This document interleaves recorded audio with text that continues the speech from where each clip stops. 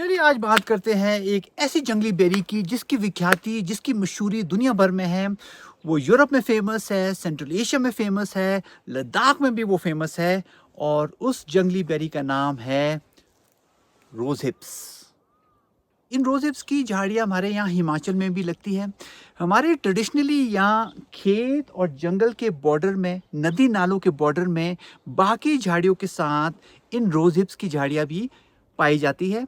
लेकिन अनफॉर्चुनेटली यहाँ हिमाचल में हर विंटर हम इसको बाकी झाड़ियों की तरह जला देते हैं, नष्ट कर देते हैं। रोज हिप्स की झाड़ी को हम अपनी भाषा में, पहाड़ी में हम उसको गजैंड बोलते हैं। गजैंड हम उस आदमी को भी बोलते हैं जो आपका पीछे ना छोड़े। हम बोलते हैं अपनी भाषा में कि यार ये तो गजैंड की तरह फंस गया मेरे पीछे। फॉर एग्जांपल ये देखिए यहाँ पे, ये है हमारी गजैंड या रोज हिप की बुश की टहनी। और इसमें छोटे छोटे ये जो कांटे हैं, ये अगर आपके कपड़े में फंस जाए तो इससे निकलना बहुत ही मुश्किल हो जाता है। ये आपके बिल्कुल चिपक जाती है और इसीलिए ये बहुत अच्छा आपके लिविंग फेंस का काम करता है, क्योंकि अगर ये लग जाए आपके बॉर्डर में तो कोई भी जानवर, कोई भी स्ट्रे कैटल आपके बगीचे के अंदर उसका आना बहुत ही मुश्किल हो जाता है। तो ये लिविंग फेंस का काम करती है। हमारे जो नेटिव यहाँ पे झाड़ियाँ हैं, सबसे ज़्यादा कांटे इस रोज हिप्स की झाड़ी में होते हैं, इस गजैंड में होते हैं। और ये किसी भी जानवर को, स्ट्रे कैटल को अंदर आने से रोकता है। तो हिंदी में सिंपली इसका नाम है जंगली गुलाब और इंग्लिश में इसका साइंटिफिक नेम है रोजा वेबियाना। रोज हिप्स को विटामिन सी का बहुत ही अच्छा सोर्स माना जाता है। स्टडी शो करती है कि इसमें जो सोर्स विटामिन सी का होता है वो सिट्रस फ्रूट से, ऑरेंजेस से कहीं ज़्यादा मात्रा में पाया जाता है। ये इम्यूनिटी बूस्टर भी होता है। विंटर के टाइम में एल्डर्स के लिए, चिल्ड्रन के लिए ये बहुत अच्छा ब्रू बनता है इसका। दुनिया भर में जैसे मैंने बताया, एशिया से लेकर, सेंट्रल एशिया से लेकर, यूरोप से लेकर लद्दाख में इसकी ब्रू बनाई जाती है विंटर के टाइम में एज एन इम्यूनिटी बूस्टर और as a source of vitamin C. But इसका मैंने कहीं हिमाचल में देखा नहीं कि इसका कोई यूज़ करता है। एक हमारा एम्प्लॉई है मीना बाग में जो रामपुर का है, वो बता रहा था कि उसके रामपुर में उसके पूर्वज इसकी शायद चटनी बनाया करते थे। बट इसके अलावा इसको हम शायद यूज़ नहीं करते हैं। जब हम छोटे थे, शायद आपको याद होगा अगर आप इस एरिया के हैं, तो इसका जो छिलका है, इसका छिलका, इसकी सीड्स को निकाल के हम इसका छिलका खाया करते थे। बट इसकी बहुत अच्छी एक ब्रू बनती है। हमने सिंपली इसका जो छिलका है, इसकी सीड्स निकालनी पड़ती है। सीड्स में बहुत छोटे छोटे थॉर्न्स होते हैं, बहुत छोटे छोटे कांटे होते हैं। तो वो सीड्स को निकालने के बाद इन छिलकों को हम डिहाइड्रेट कर सकते हैं। डिहाइड्रेट करने के बाद इसको गर्म पानी में सिमर कर सकते हैं 10 से 15 मिनट के लिए। और उसके बाद इसका जो ब्रू बनता है, जो हर्बल इसका चाय बनती है, वो आपके लिए बहुत अच्छी होती है। और ये चाय बहुत फेमस है लद्दाख में, सेंट्रल एशिया में और यूरोप में। और अगर आप कैफ़े खोबलू आएंगे या मीना बाग आएंगे तो आप प्लीज़ रोज हिप्स की हर्बल टी ज़रूर मांगिएगा। बट इकोलॉजी के लिए बाकी श्रब्स की तरह बहुत ही यूज़फुल है। जैसे कि मैंने एक प्रीवियस वीडियो में आपको बताया था कि इसके 3 या 4 बहुत ही ज़्यादा बेनिफिट्स है। हमारे ये बागवानी के साथ ही जुड़ा हुआ है। इसका लिंक जो है ये बना हुआ है हमारे साथ, और इसका लिंक बना हुआ है जंगल के साथ। ये एक लिविंग फेंस का काम करता है। देखो ये एक रोज़ हिप का एक झाड़ी है, और देखो इसने कैसे मुझे मेरे जैकेट को पकड़ रखा है यहाँ पे। तभी इसको हम गजैंड बोलते हैं, क्योंकि ये छोड़ती नहीं है। एक बार आपको पकड़ लिया, ये आपको छोड़ेगी नहीं। तभी जैसे मैंने बताया कि आप किसी आदमी को जिससे छुटकारा पाना चाहे, उसका नाम भी हम बोलते हैं कि भाई ये गजैंड की तरह मेरे पीछे फंस गया है। तो ये अगर आपको पकड़ ले, इसके छोटे छोटे दांत होते हैं, छोटे छोटे इसके कांटे होते हैं, ये बिल्कुल ही आपको जकड़ लेता है और आपके जैकेट को भी ये फाड़ सकता है। तो ये एक लिविंग फेंस का काम करता है, बहुत इफ़ेक्टिव लिविंग फेंस का काम करता है, क्योंकि इसमें छोटे छोटे ये जो कांटे होते हैं, ये आपके को बिल्कुल ही आगे जाने नहीं देते। जैसे देखो यहाँ पे बिल्कुल इसने मुझे जकड़ लिया है मेरे जैकेट को, और ये जैकेट को फाड़ भी सकता है। इसमें बाकी झाड़ियों के कंपैरिजन में इसमें ज़्यादा कांटे होते हैं, और ऑब्वियसली बाकी झाड़ियों की तरह विंड ब्रेकर का काम भी करता है, और ये सॉइल इरोजन को होने से हमारे खेत में बचाता है। और इसमें ये जो बेरी लगी रहती है ये सोर्स ऑफ फूड है हमारी बर्ड्स का विंटर के टाइम में। विंटर के टाइम में लिमिटेड हो जाते हैं सोर्स ऑफ फूड बर्ड्स के लिए, उनके खाने के सोर्सेज सीमित हो जाते हैं, तो ये बेरीज उनके काम आती है विंटर के टाइम में। देखो अभी यहाँ पे बर्फ़ पड़ी हुई है, तो ये बेरीज जो है लगी रहती है और इन चिड़ियों के ये काम आती है खाने के लिए।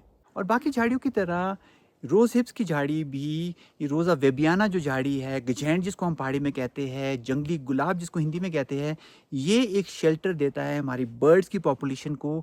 बर्ड्स यहाँ पे नेस्टिंग साइट्स बनाती है, यहाँ पे अंडे देती है, यहाँ इनकी पॉपुलेशन बढ़ती है। और हमारा जो पेस्ट प्रेशर है जो ऑर्चर्ड में है वो थोड़ा उसको कंट्रोल में रखती है, क्योंकि बर्ड्स जो है वो फीड करती है तरह तरह के हमारे पेस्ट के ऊपर, और उनकी पॉपुलेशन, इन पेस्ट की जो पॉपुलेशन है वो कंट्रोल में रखती है। लेकिन हमारी बर्ड्स तभी रहेंगी अगर उनके सोर्सेज ऑफ फूड और उनके जो ये शेल्टर्स है, नेस्टिंग साइट्स है, इनको हम अगर बने रहने देंगे। बर्ड्स के अलावा ये सोर्स ऑफ फूड हमारी नेटिव बी, हमारी नेटिव एपिसेराना बी के सोर्स ऑफ फूड भी है जब इसमें फ्लावर्स लगते हैं। इसमें जो नेटिव फ्लावर, जिसमें जो फ्लावर्स लगते हैं हमारी बीज, क्योंकि वो नेटिव बीज है, वो इवॉल्व्ड है इन फ्लावर्स का नेक्टर और पोलन को लेने के लिए। हमारी बीज को डाइवर्सिटी चाहिए होती है।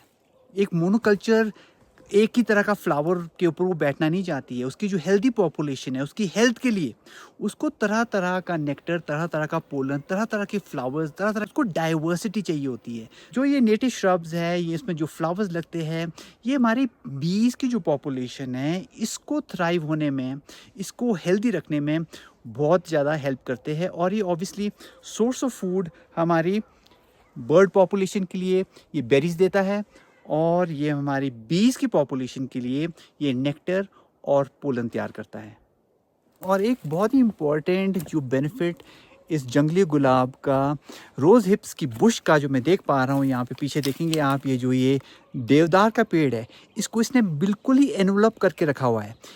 तो ये हमारे देवदार को भी प्रोटेक्ट कर रहा है, ये इसको अंदर आने से, बिकॉज इसमें बहुत छोटे छोटे कांटे हैं, इसमें कोई घुस नहीं सकता है। तो अगर किसी ने इस देवदार के पेड़ को काटना है तो बहुत ही मुश्किल होगी, वो कर नहीं पाएगा, बहुत ही इम्पेनिट्रेबल इसकी झाड़ी होती है। तो ये प्रोटेक्टिव कवर देता है हमारे ये देवदार के पेड़ों को, जिसके ऊपर ये क्लाइम करता है। ये बेसिकली स्क्रैम्बलर है, ये आईवी की तरह अपने हुक्स टिश्यू में नहीं डालता है पेड़ के, ये स्क्रैम्बल करता है, पेड़ को सिर्फ मैकेनिकली यूज़ करता है क्लाइम करने के लिए, और क्लाइम करके ही ऊपर चढ़ता है। और इसी तरह ये पेड़ को मेरे ख्याल से अप्रोचेबल नहीं रखता है, और ये अगर किसी ने काटना हो, फॉर एग्जांपल ये वाला पेड़, ये बहुत ही मुश्किल होगा, क्योंकि इसके चारों तरफ ये जंगली गुलाब है, रोज़ा वेबियाना है, और ये गजेंड का जाल बिछा हुआ है। और जो ये बुश है, ये हमारी एंट्रेंस में, मीना बाग रत्नाड़ी के बंगलों की एंट्रेंस में, ये एक डोमेस्टिक वर्जन है वाइल्ड रोज़ की, वाइल्ड रोज़ हिप्स की, वाइल्ड रोज़ वेबियाना की। ये एक डोमेस्टिक या हाइब्रिड वर्जन है। इसमें भी कांटे लगते हैं छोटे छोटे, और इसमें बहुत ही सुंदर फ्लावर्स लगते हैं। जून और जुलाई के महीने में ये बिल्कुल ही भर जाता है फ्लावर्स से, बहुत ही सुंदर ये एंट्रेंस लगती है। पर इसमें रोज़ हिप्स नहीं लगते हैं, क्योंकि ये डोमेस्टिक वर्जन है, ये एक हाइब्रिड वर्जन है।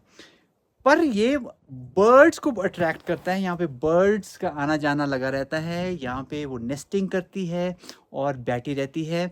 अगर आप यहाँ आएंगे एंट्रेंस में तो कोई ना कोई बर्ड आपको यहाँ पे मिलेगी, वो इसलिए क्योंकि हमने ये बुश यहाँ पे लगा रखी है। तो जब भी हम जंगल में किसी चीज़ को फॉरेज करने जाते हैं तो एक रूल होता है, एक कॉमन सेंस का बोले या इकोलॉजिकल जो कॉमन सेंस है, वो ये है कि आप कुछ जो भी कुछ हार्वेस्ट कर रहे हैं वो आप लिमिटेड तरीके से करें, ताकि जिसके लिए वो बना हुआ है, जैसे फॉर एग्जांपल रोज़ हिप्स हमारे बने हुए हैं हमारी जंगली चिड़ियों के लिए, हमारी नेटिव चिड़ियों के लिए, इसको हम 20% से ज़्यादा हार्वेस्ट ना करें। तो इस रोज़ हिप्स के साथ ये फ़ायदा ये है कि इसमें ऑलरेडी ये जो रेशियो ये बना रहता है। क्यों?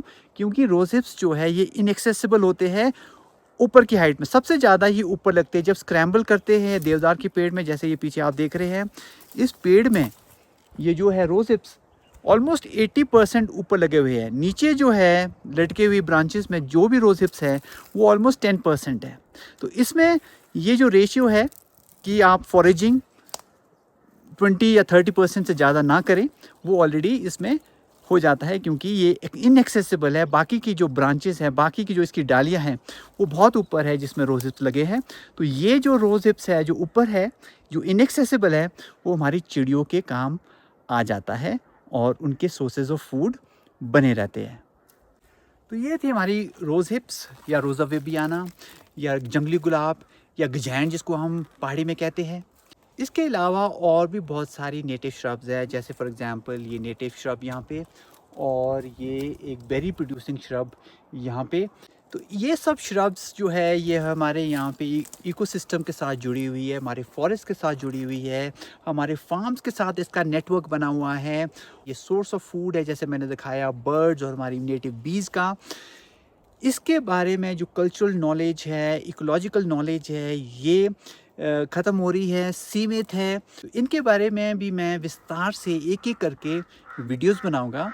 तो अगर आप इन्हें देखना चाहते हैं, आप हमें सब्सक्राइब कर सकते हैं।